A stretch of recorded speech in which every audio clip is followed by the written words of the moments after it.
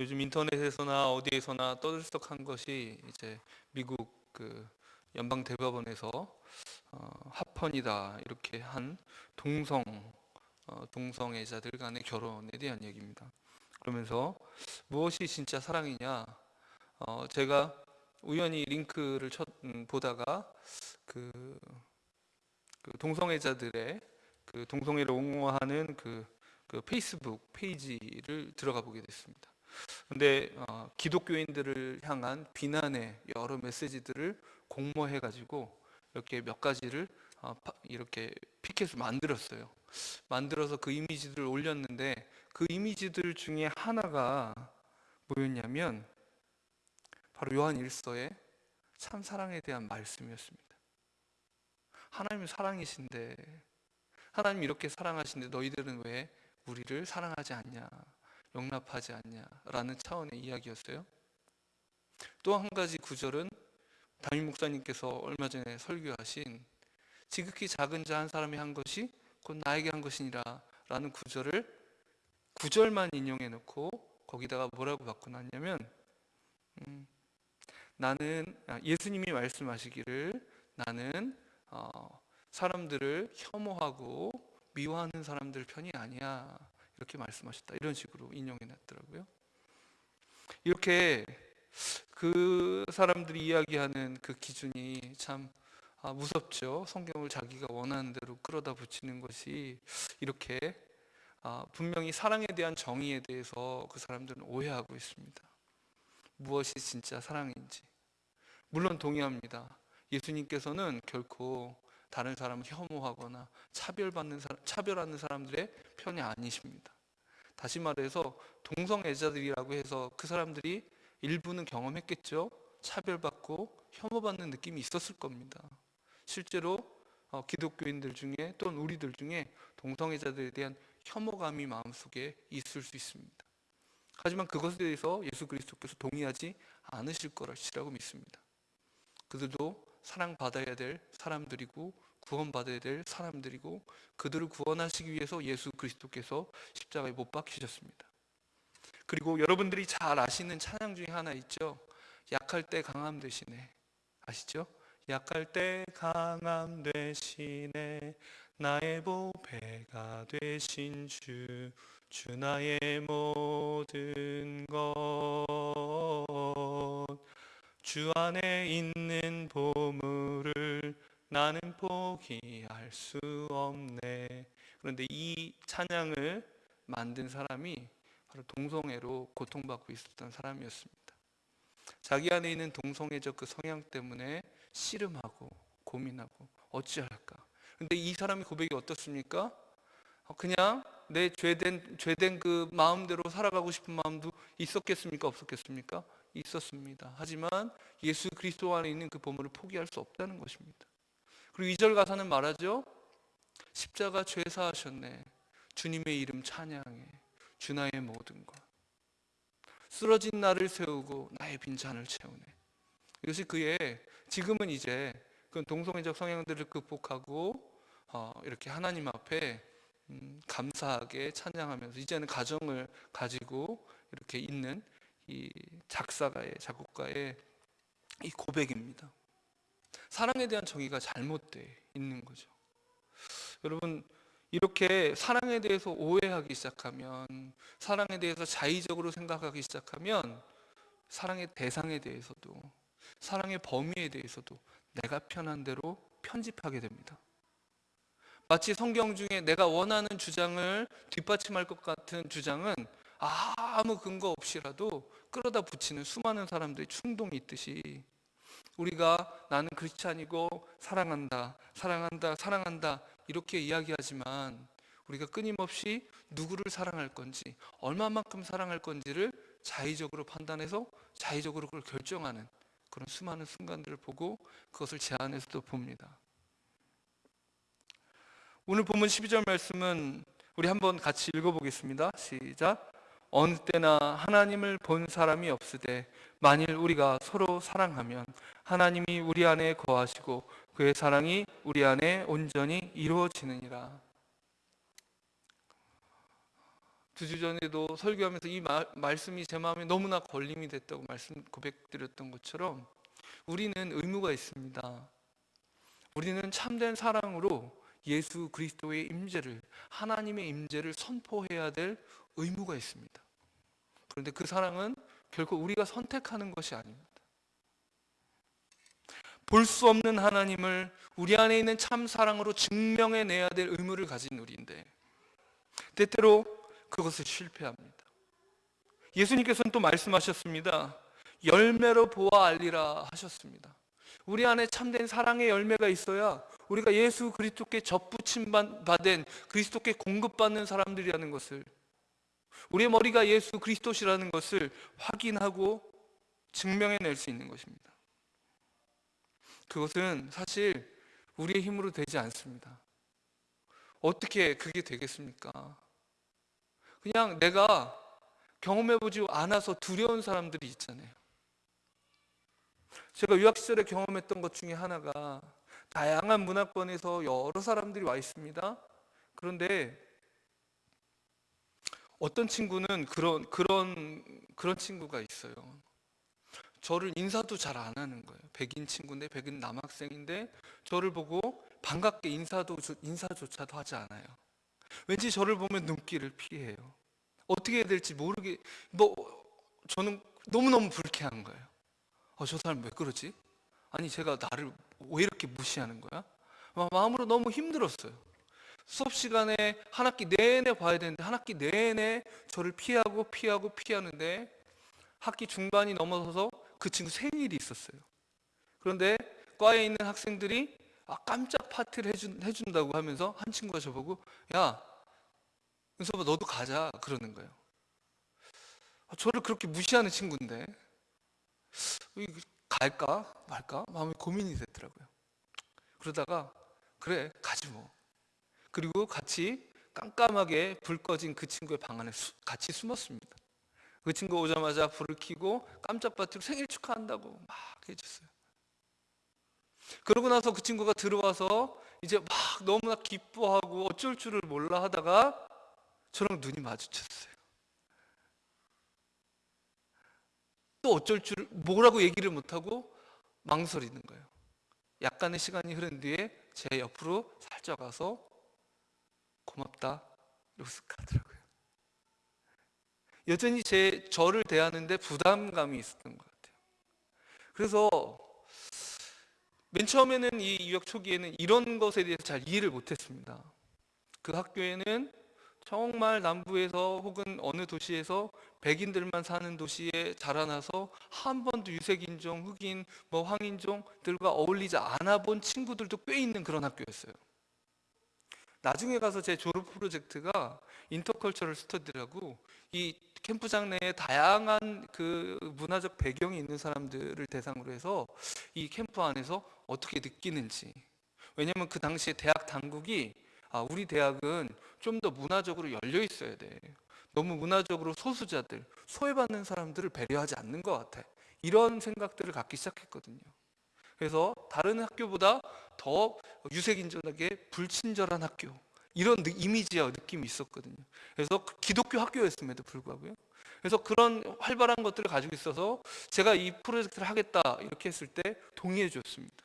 그래서 그 녹음기를 가지고 이 친구 저 친구 인터뷰하면서 쭉 다니면서 들었던 이야기 중에 하나가 뭐냐면, 나는 어떻게 대해야 할지 모르겠다, 난 어떻게 이야기하고 어떻게 말하고 어떻게 상대해야 될지 모르겠다, 단 한 번도 제대로 그런 사람들을 만나본 적이 없다, 나는 두렵다 였습니다. 처음으로 이 백인 사회에 들어가는 제 마음이 참 마음에 두려운 마음, 이거 어떡하지? 언어적으로도 이거 못 알아듣겠고, 혹은 잘 못 어울릴 것 같고, 이 친구들이 하는 말들도 좀 이해가 안 될 때가 있고, 친구랑 같이 먹자고 아내가 싸준 음식을 잔뜩 싸갔는데 이 미국 사람들 문화는 음식을 나눠 먹는 문화가 아닙니다. 그리고 제가 말을 잘 했어야 되는데 말을 제대로 명확하게 의사소통을 안 하니까 전 뉘앙스로 얘기했죠. 이거 먹어도 괜찮다, 먹어도 좋다 그랬더니 먹어도 좋고 안 먹어도 좋다로 받아들이고 이만큼 싸갔는데 하나도 안 먹더라고요. 그래서 그걸 꾸역꾸역 밀어넣는 제 마음이 속상한 적도 있고 제 마음이 두려운 마음이 있었어요. 그런데 똑같이 정말 그 주류 사회에 있는 백인 이 남학생도 어떻게 유색 인종하고 어울려야 되는지 모르겠는 마음이 있었던 것 같아요. 두려움이 있었던 거죠. 여러분, 두려움은 사랑의 장벽이 됩니다. 정반대로 이 요한 1서 말씀에 또 말씀하시죠. 참된 사랑은 두려움을 내어 쫓는다 말씀하시잖아요. 우리 마음속에 두려움이 있을 때에는 그것이 심지어는 동성애자라 할지라도 그들에 대한 두려움을 가질 필요가 없습니다. 그들 안에 죄가 있을지언정 하나님께서 그들을 만드셨기 때문에 또한 그들을 회복시키실 분이 하나님이십니다. 제가 아까 예를 든 것처럼 약할 때 강함 대신에 그들의 연약함과 죄악을 채우실 예수 그리스도의 십자가가 이미 충분합니다. 예수 그리스도의 십자가를 붙들면 그들도 회복되고 치유될 수 있기 때문입니다. 그러기에 우리 안에 있는 그 두려움들을, 혐오감들을 내려놓고 나아갈 필요가 있습니다. 왜 이 이야기를 하냐면 오늘 그 동성애자들이 끊임없이 교회를 혐의를 씌우는 거예요. 너희들 안에 사랑이 있냐? 너희들 안에 사랑이 있냐?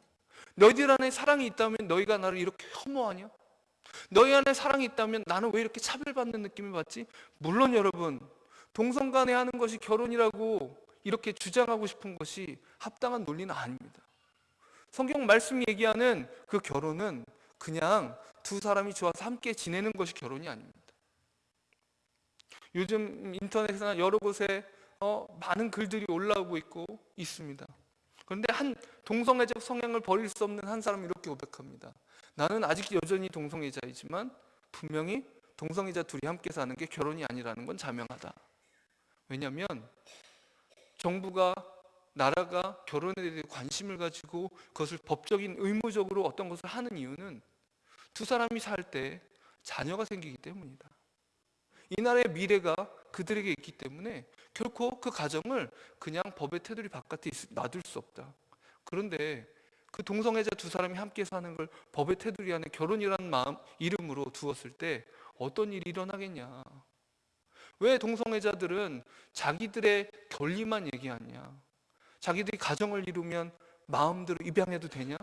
그 아이들이 엄마와 아빠 사이에서 자랄 권리가 있는데 왜 그들의 권리를 침해하느냐? 이렇게까지 얘기하는 걸 봤습니다. 또한 여러분, 신실한 크리스찬 동성애자들이 있습니다. 무슨 얘기냐면 동성애를 난 동성애 하겠다 이게 아니고요. 여러분, 어떻게 정확하게 동성애를 심리적으로 이해해야 될지 어떤 심리학자들이 정확하게 밝혀놓은 바는 그 반대파도 찬성파도 없습니다. 어떤 사람들은 이렇게 얘기합니다. 동성 부모에게 충분한 애정을 받지 못했을 때 심리적인 공허함을 채우기 위해서 동성인 자기 사람들을 이렇게 찾고자 하는 마음이 생길 수 있다고요. 또 어떤 경우에는 이성 부모에게 지독한 학대를 받았을 때 이성에 대한 혐오감을 가질 수 있다고요. 여러분, 중독에는 긍정의 중독, 나는 마약이 없으면 못 살아, 나는 술이 없으면 못 살아 하는 중독도 있지만 혐오 중독도 있습니다. 나는 절대로 그건 못해. 이해되시죠? 나는 절대로 벌레 못 만져. 그러니까 벌레에 대한 혐오 중독이 있는 겁니다. 이를테면요, 이런 것처럼 뭔가 한 가지가 너무나 싫은데 그것이 이성인 사람들도 있습니다. 그렇게 되면 가장 안전한 것은 동성밖에 없겠죠. 여러 가지 심리적인 것들이 있겠지만 그 마음속에 하나님을 섬기고 하나님 앞에 있고 싶은데 그런데 자기 마음속에 있는 이성이 싫고 동성이 좋은 그 마음이 극복이 안 되는 거예요. 상담을 열심히 받는데도 극복이 안 되는 거예요. 이게 어떤 사람은 약할 때 강함 대신에라고 고백을 하는데 또 어떤 사람은 그게 안 되니 얼마나 이게 참 고통스러운 노릇입니까? 그래서 그런 사람들은 어떻게 선택을 하냐면 나는 이것을 하나님께서 고쳐주시면 모르겠지만 이것을 고쳐주시지 않는 한 내가 이성이 좋지 않은데 일부러 억지로 결혼한다는 건 신실한 결혼일 수 없잖아요. 그래서 결혼을 포기합니다. 포기하고 평생 독신으로 살기로 선택합니다. 그리고 이렇게 하나님 앞에 자신을 지키기 위해서 동성애적 그 성향대로 살지 않기 위해서 평생을 씨름하며 사는 사람들이 있습니다. 그러기에 하나님께서 여전히 동성애적 성향을 가지고 심지어는 치료가 되지 않은 사람들이 할지라도 그들이 하나님의 은혜 앞에 굴복하기 위해서 애쓰며 힘쓰는 그 삶이 있기에 우리는 그들을 건지기 위해, 마치 여러분 담배 쩌는 사람이라도 예배당에 딱 들어왔을 때 왜 들어왔냐고 눈살을 찌푸리면 안 되는 것처럼, 어떤 교회에 이주민 선교를 할 때 이런 고민이 있었다고 해요. 중국인 이주민 노동자들이 많이 예배를 드리기 시작했답니다. 이제 아내를 통해서 들은 얘기인데, 그런데 너무 중국인 노동자 이주민들이 너무나 예배를 많이 드리니까 막 그 한국 시민권을 가진 교인들이 불편한 거예요. 힘든 거예요. 왜냐하면 저 구석, 예배당 구석에서 저 바깥에 구석에서 한 10명씩 이상씩 모여 앉아가지고 담배를 뻑뻑 피고 있고 이러니까, 그리고 담배에 대해서 강력하게 금지하는 기독교적 전통은 아무래도 한국 교회 안에 더 강력합니다. 다른 나라보다. 그러니까 그걸 당장 정지할 수 없거든요. 그래서 그게 너무나 못 견디겠고 힘든 거예요. 여러분, 그런 모습들을 받아들이기 힘들어도 어떻게 해야 됩니까? 참아주어야죠. 왜냐하면 그렇게 예배드리러 나왔잖아요. 물론 친구 만나러 나온 사람들 많을 거예요. 경제적 도움을 받으러 나온 사람들도 많을 거예요. 함께 식사로 나온 사람들도 많을 거예요. 근데 왜 참아줍니까? 그들이 예배 시간에 나왔기에, 그들에게 복음이 전해지기에, 함께 예배하는 자리에 있기에 그들을 거부하지 않고 품에 안는 것이죠. 마찬가지로 함께 복음을 나눌 수 있는 이웃, 내가 사랑해야 될 이웃으로 우린 받아들일 필요가 있습니다. 그렇게 될 때에 동성애자들이 차마 이렇게 우리를 고소하지 못할 겁니다. 그들이 정부에 우리를 고소하겠습니까? 차별방지법이 통과되지 않는 한 정부에 고소는 못할 겁니다. 근데 심지어는 성경적 진리를 왜곡하고 동성애자들과 연대하겠다고 이름을 올린 교회들이 있거든요. 그래서 함께 얘기할 때 성경 구절을 들이미는 건 뭡니까? 하나님 앞에 너희를 고소하겠다는 겁니다. 너희 교회들아, 너희들이 우리를 사랑하는데 실패하고 있지 않느냐? 너희들 가운데 참으로 하나님이 계시냐? 이렇게 사랑에 실패하고 있는데 과연 이렇게 실패하는 너희가 하나님이 너희 편이라고 생각할 수 있느냐? 참, 동성애는 먼 이야기입니다. 당장에 우리가 피부로 안 와닿을 수 있습니다. 하지만 이 동성애자들에 대한 우리의 마음을 얘기하면서 저는 곧바로 어디로 옮겨가고 싶으냐면, 우리와 불편한 사람들을, 불편하고 나와 익숙하지 않은 사람들에게 옮겨가고 싶습니다. 볼 수 없는 하나님의 사랑을 보여주는 공동체, 이 공동체에 대한 얘기를 요한이 하면서 요한 사도는 그냥 이야기하는 것이 아닙니다. 요한 1설 시작하면서 이렇게 이야기합니다. 태초부터 있는 생명의 말씀에 관하여는 우리가 들은 바요, 눈으로 본 바요, 자세히 보고 우리의 손으로 만진 바라. 요한은 머릿속에서 얘기하는 것이 아닙니다. 경험한 것을 이야기하고 있어요. 사랑을 보여주는 공동체, 사랑을 통해 예수 그리스도의 함께하심과 하나님의 살아계심을 보여주는 공동체를 그는 살아가고 있으면서 이야기합니다. 우리는 이런 공동체로 살아가야 한다고. 그는 기억하고 있습니다. 예수님께서 자기의 발을 씻기셨을 때 그 마음을요. 요한은 기억하고 있어요. 예수님을 버렸던 베드로를 예수님께서 어떻게 다시 품어주셨는지. 요한은 기억하고 있습니다. 십자가 발치에 서서 예수님께 침뱉은 사람들에 대해서 예수님께서 어떻게 그들을 용서하셨는지, 마지막으로 그들을 위해서 어떻게 기도하셨는지 요한은 뚜렷이 기억하면서 이 이야기를 하는 겁니다. 참된 사랑이 있는 바로 그곳에 하나님께서 계신 것이라고.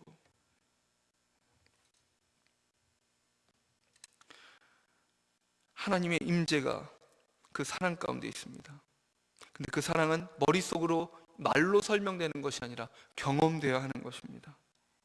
그냥 매일매일 삶에서 예수 그리스도가 우리의 말을 통해, 우리의 손을 통해, 우리의 행동을 통해, 우리의 삶을 통해 불쑥 그분의 사랑이 튀어나와야 합니다.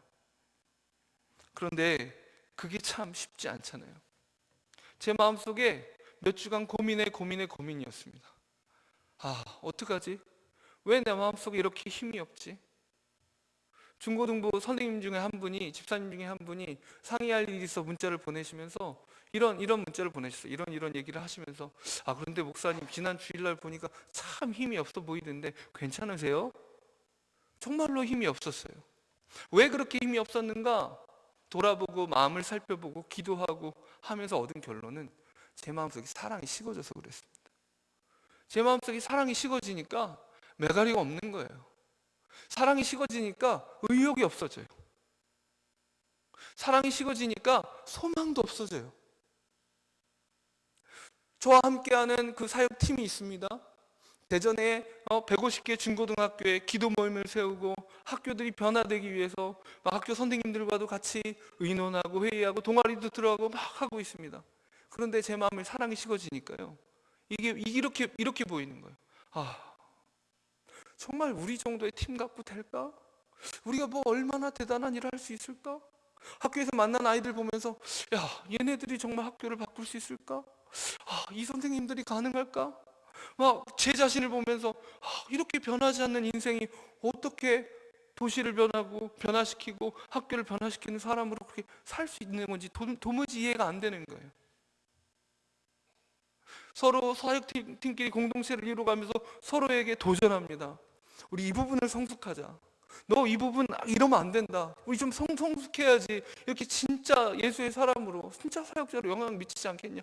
서로 도전도 하고 권면도 하고 이렇게 하는데, 이 마음에 사랑이 식어지니까 어떤 마음이 드냐면 포기하고 싶은 거예요. 이거 이래 갖고 되겠나? 그만하고 싶다. 아휴, 내가 이렇게 그냥 이런 내 모습으로, 이런 이 사람들의 모습으로 함께하는 게 정말 신실한 삶일까? 이렇게 사는 게 의미가 있을까? 과연 무슨 의미가 있을까? 마음속에 회의감이 들기 시작하는 거예요. 마음속이 침울해지고 아무것도 하고 싶은 마음이 생기지 않았습니다. 어떻게 해야 되나? 어떻게 해야 되나? 공동체를 포기하고 싶을 때, 공동체 안에서 나와 맞지 않는 사람, 나와 동의할 수 없는 사람, 내가 볼 때 한참 부족해 보이는 사람, 내가 볼 때 아직 은혜를 모르는 것 같은 사람, 내가 볼 때 나랑 신앙관이 다르거나, 내가 볼 때 정말 이건 아니다 싶은 사람들을 볼 때, 포기하고 싶을 때 무력감이 마음속에 밀려들기 시작합니다. 과연 내가 이 사람들과 함께 하나님 나라를 보여주는 삶을 살 수 있을까? 교회는 하나님 나라의 쇼케이스라는데, 백화점에 가장 멋진 상품들을 진열해 놓는 쇼케이스처럼 교회를 보면 천국 너무 좋겠다, 나 천국 가고 싶다. 주일날 집사님 중에 한 분이 이런 얘기를 하세요. 그 딸이, 아빠 나 천국 빨리 가고 싶어, 이렇게 얘기해서, 좋은 얘기긴 한데 근데 왜 그 아이 마음속에 그런 생각이 들었을까요? 천국에 대해서 설교하시는 전도사님의 얼굴 표정에서, 그것에 대해서 얘기하는 이 교회 안에서 느끼는 그 모든 모습이, 야, 천국은 참 좋은 곳이로구나, 이것을 느낄 수 있도록 해줬기 때문에 소망하게 되지 않았겠습니까? 우리 열평동산교회의 어느 부분인가는, 어느 사람인가는, 그 부모의 어떤 측면인가는 하나님 나라가 좋은 곳이로구나 라는 거 그 아이에게 인상으로 심어줬기 때문에, 그 하늘나라, 하나님 나라 나 빨리 가고 싶다, 그러지 않았겠어요? 우리 교회는 그런 교회가 되어야 하는데, 우리 땅의 공동체들은 그런 공동체들이 되어야 하는데, 과연 내가 이 사람들과 함께 그렇게 이루어질 수 있을까? 그 열매를 보여줄 수 있을까? 오늘 본문 말씀은 이렇게 얘기합니다. 13절 말씀입니다. 함께 읽어보겠습니다. 시작. 그의 성령을 우리에게 주심으로 우리가 그 안에 거하고 그가 우리 안에 거하시는 줄을 아느니라. 아버지가 아들을 세상의 구주로 보내신 것을 우리가 보았고 또 증언하노니. 우리가 서로 사랑하면 하나님이 우리 안에 거하신다라고 말하면서 곧바로 하나님이 우리 안에 거하시는데 성령께서 우리 안에 거하신다라고 말합니다. 여러분, 우리 안에 사랑이 있다면 그 사랑의 이유가 뭡니까? 우리가 할 수 없는데 성령님께서 우리 안에 그 사랑을 가능케 하시는 것이죠. 우리는 건망증에 걸린 사람들이잖아요. 예수 그리스도의 십자가를 얼마나 잘 잊어버립니까? 얼마나 예수님의 십자가 없이도 하루를 잘 보냅니까? 내 힘으로 잘 살 수 있는 것처럼 생각합니까? 그런데 예수님의 십자가가 아니면 우리가 겸손해질 것이 없습니다. 예수님의 십자가 앞에서가 아니면 우린 끊임없이 착각합니다. 그냥 내가 이대로 살 것 같아요. 이대로도 괜찮은 것 같아요. 왜 그럴까요? 여러분, 이런 경우들이 있어요. 몸이 심하게 아파서 정말 기도하는 중에 하나님께서 치유해 주셔서 예수님을 믿게 된 사람들이 있습니다. 그 사람들 중에는 그렇게 예수 그리스도께 앞에 나왔다가 정말 하나님이 어떤 분이신지를 점점 더 깊이 알아가게 되는 사람들이 있는 반면에, 또 한 부류는 몸이 낫자마자 교회를 나오지 않기 시작한 사람도 있습니다. 물론 예의상 한두 달 나올 수도 있고 1년 나올 수도 있지만 더 이상 하나님을 필요한 이유를 찾지 못하는 겁니다. 그전에는 내가 몸이 아팠기 때문에 누군가 도움을 줄 사람이 필요했는데 의사를 찾아가서 못 도와주고 누구도 찾아서 못 도와주는데 하나님이 도와주실 것 같으니까 하나님 앞에 나왔는데, 이제 병이 낫고 보니까 병이 아닌 이상, 병이 내 유일한 부족함이라고 생각했기에 병이 아닌 이상 내가 하나님 앞에 더 이상 나올 이유가 없어지는 것이죠. 자연스럽게 교회에서 발걸음이 점점 끊어지게 되는 겁니다. 그에게 있어서는 하나님께서 주인이 아니라 램프의 요정 지니처럼 자기 소원을 들어주는 어떤 존재였던 거죠.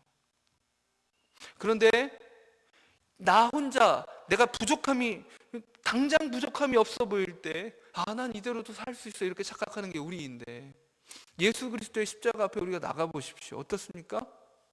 예수님께서 십자가에 달리신 예수님을 생각해 보십시오. 한 신학자는 이렇게 얘기했습니다. 예수 그리스도 십자가 밑에 앞에 섰을 때 예수님께서 나에게 이렇게 얘기하시는 것 같다. 내가 너의 죄를 짊어지고 이 위에 있다. 내가 지금 죽는 이 죽음은 바로 너의 죽음이다. 그 예수 그리스도의 십자가 앞에 섰을 때 나는 한없이 작은 먼지와 같은 존재가 된다. 그 앞에서 나는 절대 교만할 수가 없다. 우리 모두에게 그것이 사실이지만 우리가 왜 교만해집니까? 왜 스스로 살 수 있을 것 같습니까? 십자가를 잊어버리니까 그렇지 않습니까? 근데 우리 안에 계신 성령님께서는 우리를 끊임없이 십자가 앞으로 돌아가게 하십니다. 우리 안에 예수님께서 가르쳐 주신 그 모든 것들을 기억나게 하시는 것이 그분의 이 땅에 오신 이유이기 때문입니다. 참된 스승 대신 참된 교사이신 성령 하나님께서 지금 이 순간도 그저 이 목사가 이야기한다고 여러분 마음속에 한마디의 말이라도 마음속에 들어가겠습니까? 이 시간도 성령님께서 끊임없이 참된 교사가 되어주셔서 여러분을 예수 그리스도 십자가 앞에 서게 하지 않으면 이 말씀 중에 한마디도 여러분 마음속에 공감될 수 없고 지루할 수밖에 없을 것입니다. 그냥 뜬구름 잡는 이야기가 되지, 요한 사도가 얘기했던 것처럼 만져지는 얘기, 본 얘기가 될 수 없습니다. 맛본 이야기가 될 수 없습니다. 그것을 가능하게 하시는 분이 성령 하나님이십니다.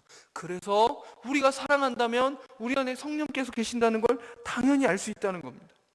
그래서 그 누구든지 15절 보면 예수를 하나님의 아들이라 시인하면 하나님이 그의 안에 거하시고 그도 하나님 안에 거하느니라. 또 다른 증거를 얘기합니다. 우리가 이 믿음의 고백, 예수 그리스도께서 하나님의 아들이셔서 하나님께서 그 아들 예수 그리스도를 이 땅 가운데 보내신 것, 우리를 위해서 보내신 것, 나를 위해서 보내신 것이 믿어진다고 시인하는 바로 그 사람 안에 하나님께서 거하신다고요. 그렇게 우리를 사랑하시는 그 사랑을 우리가 알고, 이 안다는 것은 여러분 머리로 안다는 것이 아니잖아요. 수박을 머리로 할 수 없잖아요. 수박은 이 여름철에, 다른 계절도 아니에요, 그렇죠? 다른 계절도 아니에요. 한참 더운 이 여름철에 정말 요즘 며칠 제가 그랬습니다. 아이고 언제 더운지 그냥 밥도 좀 먹기 싫고 뭣도 먹기 싫은데 수박은 계속 들어가는 거예요. 이렇게 해야 수박 맛을 아는 거 아닙니까? 마찬가지로 이 굶주린 마음속에 그 사랑이 맛보아져야 하나님의 사랑을 안다고 말할 수 있죠. 그리고 고백합니다. 우리가 그 사랑을 안다고, 우리를 사랑하시는 사랑을 우리가 알고 믿었다고, 하나님은 사랑이시라고. 하나님을 설명할 수 있는 가장 중요한 단어 중에 하나가 사랑이라고 이렇게 고백하는 겁니다. 그래서 사랑 안에 거하는 자는 하나님 안에 거하고 하나님도 그의 안에 거하시느니라, 이렇게 말씀하고 있습니다. 다시 한번 십자가 앞에서 우리가 죽어지지 않으면 그 사랑을 회복할 수 없습니다. 제가 마음속에 너무 고민을 가지고 사랑이 식어져서 어떡하지? 그럼 어떡하지? 그럼 어떡하지? 생각할 때, 고민할 때 하나님께서 주중에 우리 드리는 예배들을 통해서, 담임 목사님 설교를 통해서 응답을 주셨어요. 지극히 작은 자 한 사람에게 한 것이 곧 나에게 한 것이다. 네가 무슨 사랑을 거래하려고 하냐? 성과 내려고, 성취하려고 하냐? 네가 지극히 작을 때 내가 사랑해 주었는데 선택사항이 아니야. 날 사랑하면 사랑해야 돼. 또 계속 말씀해 주시는 거예요. 그 사랑은 포기할 수 없다고. 그래서 제가 저에게 원하시는 메시지를 깨달았습니다. 하나님께서 저에게 사랑해라 말씀하실 때, 저에게 지금 요즘에 저에게 말씀하시는 것은 너 포기하지 마. 너 그 사람 포기하지 마. 너 그 사람 절대로 포기하지 마. 너 끝까지 위해서 기도해야 된다. 너 끝까지 그 사람과 상대해야 된다. 불편하다고 외면하지 마. 불편하다고 말 끊지 마. 너 끝까지 그 사람하고 연락하고, 끝까지 그 사람을 권면하고, 끝까지 그 사람의 변화를 기다려줘야 된다. 이것이 하나님께서 저에게 주신 응답이었습니다. 우리는 거창한 성과나 놀라운 실력으로 하나님의 살아계심을 증명하는 사람들이 아닙니다. 우리는 바로 눈앞에 있는 한 사람을 사랑함으로 하나님의 살아계심을 증명해야 되는 사람들입니다. 우리 교회가 엄청나게 부흥해야 하나님의 살아계심이 보여지겠습니까? 여러분, 복음이 없이도 엄청나게 부흥하는, 그 부흥이 진짜 부흥은 아닐지라도 부흥하는 교회들이 있습니다. 조엘 오스틴이라는 그런 사람이 있어요, 미국에. 그 사람이 강단에서 선포하는 메시지는 이런 겁니다. 여러분, 긍정적인 삶을 사십시오. 다 잘 될 겁니다. 잘 될 겁니다. 여러분, 하나님께서 여러분에게 최고의 것을 주실 겁니다. 꿈을 가지시고 소망을 가지십시오. 하나님이 다 이루어 주실 것입니다. 그래서 그 교회가 엄청나게 커요. 그 이전 시대에 그런 역할을 했던 또 다른 목사님이 있는데, 수정교회라고, 그 교회를, 근데 그분이 이제 은퇴하고 나서 자기의 가족들에게 물려진 뒤에 그 엄청나게 유리로 지은 너무나 아름다운 교회당은 정말 재정난에 허덕이면서 팔려갔답니다. 그거 뭡니까? 그 사람의 언변과 그 사람에게 준 긍정적인 메시지, 너 잘 될 거야, 너 잘 될 거야, 너 잘 될 거야. 그것으로 교회의 사이즈로 하나님의 살아계심이 증명되지 않습니다. 그것은 하나님께 달려 있고요, 지금 당장 우리가 초점 맞춰야 될 하나님의 살아계심을 증명해야 될 가장 중요한 초점은 내가, 다른 어떤 사람도 아닌 바로 내가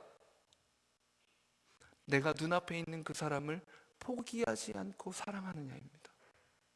내가 끝까지 포기하지 않고 사랑할 때 하나님이 우리 가운데 살아계심이 증명되는 것입니다. 우리 안에 계신 성령 하나님께서 주시지 않으면, 이끌어 가시지 않으면 우리가 포기하지 않을 수가 없습니다. 당연히 한두 마디 하고 이렇게 얘기해도 변화되지 않는 사람, 더 이상 말하고 싶지 않은 게 우리의 본성 아니겠습니까?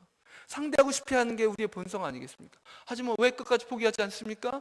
예수님이 그 제자들을 사랑하시되 끝까지 사랑하셨다 말씀하시잖아요. 자기를 배반했던 가룟 유다까지도 예수님께서 끝까지 사랑하셨다 말씀하시잖아요. 등 돌렸던 베드로를 포기하지 않으시고 끝까지 사랑하시잖아요. 여러분, 우리 자신을 보십시오. 우리의 신실하지 못함으로, 우리의 연약함으로, 변덕스러움으로 버림받을 만했다면 진작에 버림받았어야 마땅하죠. 여러분, 법적으로 입양도 있지만 파양도 있습니다. 입양을 포기하는 절차예요. 정말 나는 감당 못하겠습니다 하는 거죠. 다시 고안으로 데려다 주는 겁니다. 하나님께서 우리의 됨됨이를 보셨다면 진즉에 파양하셨어야 됩니다. 우리를 양자 양녀로 삼으셨지만, 정말 예수 그리스도의 생명까지 주셨지만 우리가 합당한 삶을 얼마나 살았습니까? 그걸로 생각한다면 우린 진즉에 파양당해서 또다시 고아처럼 살았어야 될 인생들입니다. 하지만 하나님께서 우리를 사랑하시되 우리가 아직 죄인 되었을 때에 그 아들을 우리에게 주심으로 자기의 사랑을 확증하셨다 말씀하십니다. 그러기에 우리가 최악의 순간에 있을 때에 우리를 사랑하셨기에 우리를 포기하지 않으십니다. 그렇게 우리를 최고의 사랑으로 사랑해 주셨기에 우리가 지금 어느 정도 연약하고 잘못했을지라도, 혹은 우리가 조금 더 노력했을지라도 하나님 우리를 더 사랑하거나 덜 사랑하도록 만들 수가 없습니다. 우리는 다른 것으로 그분의 사랑을 증명해낼 수 없습니다. 우리 안에 계신 예수 그리스도의 사랑, 끊임없이 끝까지 그 사람을 사랑하려면 또한 어떻게 해야 되겠습니까? 우리도 예수와 함께 십자가에 죽고 다시 살아나는 과정을 하루하루 겪어 나가야 합니다. 너무 힘든 거예요. 제 마음이 어떻게 해야 될지 모르겠는 거예요. 그 문제를 알았음에도 불구하고 사랑이 다시 시작되지 않는 거예요. 고민이 됐습니다. 하나님 어떡합니까? 교회에서뿐만 아니라 여기서 다른 곳에서도 설교할 기회가 있는데 다른 설교를 할 수가 없는 거예요. 내가 이게 해결이 안 됐는데 또다시 요한일서 말씀을 설교를 했습니다. 그렇게 말씀 앞에 씨름하면서 내가 다시 죽어야겠다. 그런데 어느 순간 제 마음속에 다시 힘이 차오르기 시작하는 겁니다. 다시 그 사람들 향한 소망이 생기기 시작하는 거예요.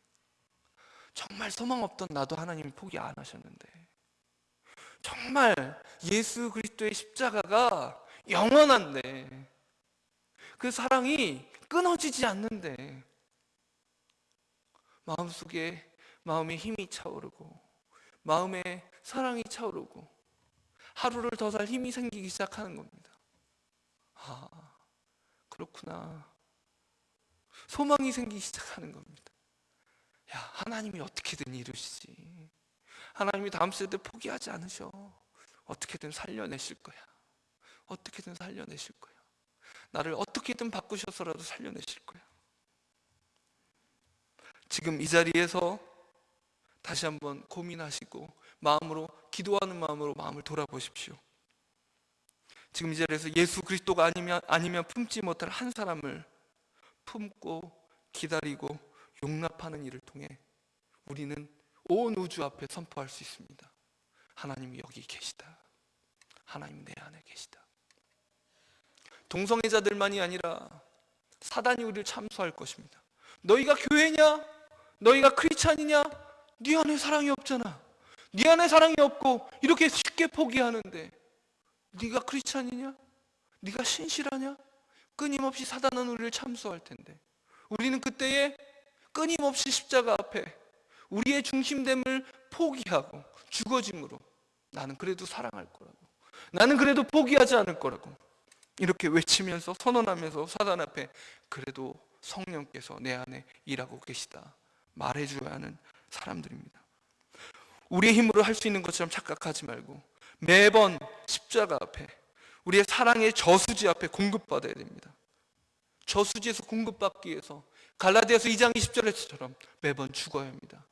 내가 그리스도와 함께 십자가에 못 박혔나니 그런즉 이제는 내가 사는 것이 아니요 오직 내 안에 그리스도께서 사시는 것이라. 이제 내가 육체 가운데 사는 것은 나를 사랑하사 나를 위하여 자기 자신을 버리신 하나님의 아들을 믿는 믿음 안에서 사는 것이라. 이 성경을 적은 바울은 또 이렇게 다른 성경에서 고백합니다. 나는 날마다 죽노라. 어디에서요? 십자가 앞에서.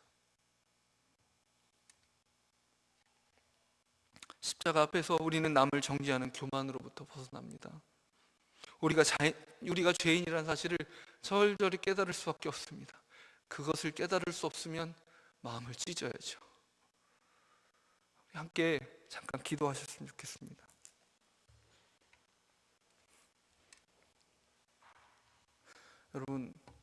여러분이 지금껏 나는 못하겠어, 포기한 사람들이 있습니까?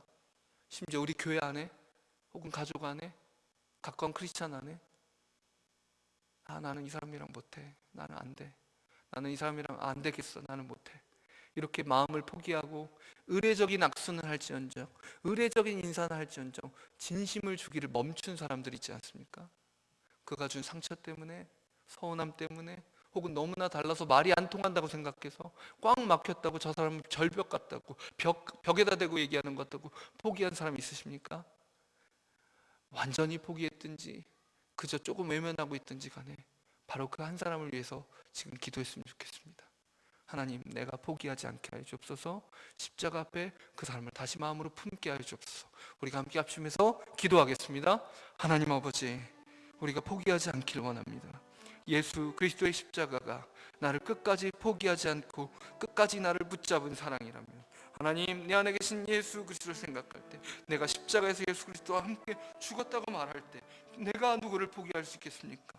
하나님, 그저 두려움으로 또 상처받을까봐, 또 실망할까봐 하나님 포기하려는 우리의 마음들 하나님 멈추게 하여 주옵소서. 십자가 앞에서 하나님 그 마음을 품을 수 없습니다. 하나님, 그런 교만한 마음, 그 사람이 나보다 못하다고, 나보다 생각이 못하고, 신앙이 못하고, 그 사람의 말이 못하고, 성격이 못하다고 그렇게 그를 무시하고 그를 나보다 낮게 여기는데 실패하는 이 마음 하나님 불쌍히 여겨주셔서, 하나님 예수 그리스도의 십자가 앞에 다시 오늘도 내가 죽게 하여 주옵소서. 하나님, 지극히 작은 자 한 사람을 사랑하는 것이 곧 나에게 하는 것과 동일하다고 말씀하셨는데, 내가 그를 사랑하기를 멈출 때 하나님을 사랑하기를 멈추는 거나 다름없는데, 예수 그리스도를 사랑하기를 멈추는 것이나 다름없는데, 주님 어찌합니까? 하나님, 이런 연약함 속에 있습니다. 이 미련함 속에 있기에 마음에 힘이 없어지고 소망이 없어져 갑니다. 주님 불쌍히 여겨주셔서 하나님 우리 마음의 사랑이 회복되게 하여 주옵소서. 하나님, 이제 더 이상 포기하겠다고 말하지 않게 하시길 원합니다. 하나님 포기하겠다고 그렇게 말하는 것을 멈추고, 하나님 다시 그 사람을 마음으로 품게 하여 주옵소서. 다시 사랑하게 하시옵소서. 다시 그를 위하여 기도하게 하시옵소서. 다시 그를 위하여 그를 기다리게 하여 주옵소서.